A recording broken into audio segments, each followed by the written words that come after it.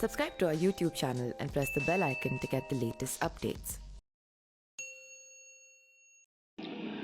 नमस्कार, मेरा नाम पिंटू सिंह यादव है और आप देखना शुरू कर चुके हैं न्यूज़ लाइव। दोस्तों, जिस तरीके से आपको पता होगा कि फर्जी तरीके से डॉक्यूमेंट बनवाने के चक्कर में समाजवादी पार्टी के दिग्गज नेता आजम खान, उनके बेटे जो विधायक रह चुके हैं 2 बार अब्दुल्ला आजम, उनकी पत्नी जो राज्यसभा सांसद और विधायक रह चुकी हैं तंजीम फातिमा को 7 साल की जेल हो गई और इसके पीछे जिस व्यक्ति का हाथ था उसको अब योगी सरकार इनाम देने की तैयारी कर रही है।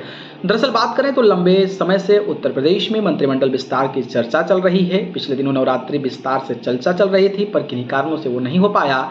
अब नई चर्चा दीपोत्सव के बाद यानी कि दिवाली के बाद की हो रही है।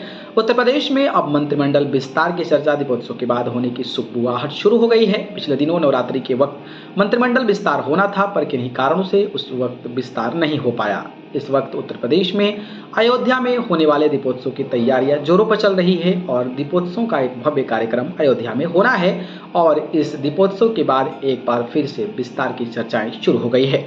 अब सवाल यह है कि कौन कौन मंत्री बनेंगे। मंत्रिमंडल विस्तार होने की दशा में 4 से 5 मंत्री यूपी सरकार में मंत्री बनाए जा सकते हैं। इसमें पहला नाम स्वदेव भारतीय समाज पार्टी यानी कि सुभाषपा के प्रमुख ओम प्रकाश राजभर का है। ओम प्रकाश राजभर को दिल्ली से मंत्री बनाने का आश्वासन लंबे समय से मिला हुआ है। नवरात्रि के समय में दोनों ने कहा था कि वे दशहरे तक मंत्री बन जाएंगे, लेकिन किन्हीं कारणों से विस्तार को रोक दिया गया।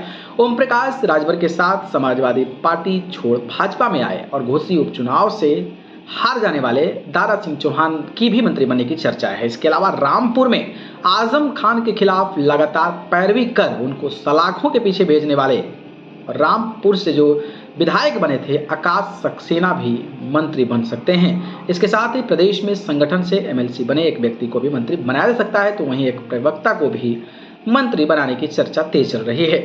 जातिगत समीकरण साधने की कोशिश है। भाजपा जातिगत समीकरण के अनुसार लगातार काम करती है और मंत्र विस्तार भी जातिगत समीकरण को ध्यान में रखे हुए किया जाएगा, जिससे हर जाति वर्ग के व्यक्ति प्रतिनिधित्व मंत्रिमंडल में मिल सके। तो अब देखना ये होगा कि आखिरकार जब मंत्रिमंडल विस्तार होता है तो कौन कौन मंत्री बनता है। हालांकि ये भी चर्चा का विषय है। बाकी इसको लेकर अपनी राय कमेंट बॉक्स में दें। धन्यवाद।